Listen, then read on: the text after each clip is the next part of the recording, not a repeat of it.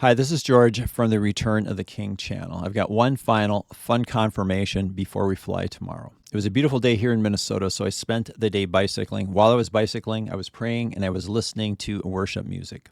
At the same time, my son is up in northern Minnesota fishing on Lake Vermilion through Tuesday. Nice place to get raptured. He's the one who had the dreams on the same night as me. He knows Jesus is coming, but he's not really watching. He's not even aware of September 23rd, except for me telling him last week, so this wasn't deliberate. For some reason, in both photos he sent me, he has the motor with the name Mercury appearing. In a Jewish wedding, the bride usually comes around or just after sunset. It's a very romantic time of day. He sends me the photo at 2:39 p.m. There's no text with it, so I think, well, that's kind of weird. I don't see it until about 3:54 p.m. The timestamp just jumps out at me. So I text him back. Nice. Notice the time? 2:39, 9:23 we fly.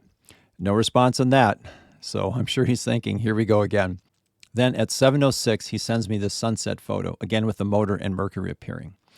At sunset, just above the horizon is Mercury, symbolic of the archangel.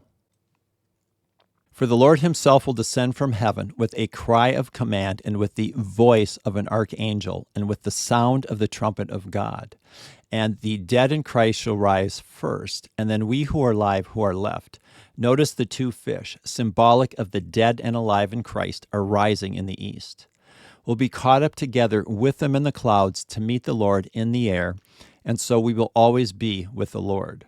Therefore, encourage one another with these words. 1 Thessalonians 4:16 through 18. Last week, another comet was discovered. It's right here next to Mars. You can already see it through binoculars. There are now 3 objects representing the dragon and his angels surrounding the birth of the male child. In my dream of the war and 3 arrowheads, the interpretation makes more sense if all 3 arrows, which belong to the dragon, are symbolic of the dragon. The symbol on 2 of the arrowheads were identical and 1 was different. In my last video, I had the moon representing one of the arrowheads, Mars and Atlas 3I, the other 2 arrowheads.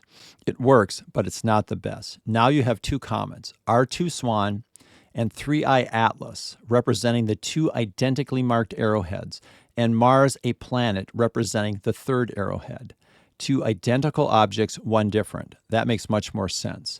Whatever 3I Atlas is, it will be part of the grand deception. This is sunrise, September 24th on the Feast of Trumpets. 5 days prior, there was a triple conjunction of the moon, Venus, and Regulus. 5 is a number of grace. At the rapture, the church age closes.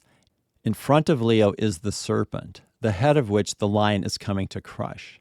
In the western sky, the dragon is descending. At the rapture, the dragon and his angels are defeated and cast to the earth.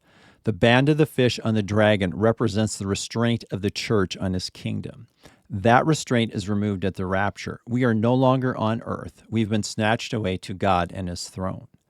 We will be celebrating in heaven with Christ for 7 years. The world will be a very different place after tomorrow. See you all soon. Thanks for watching.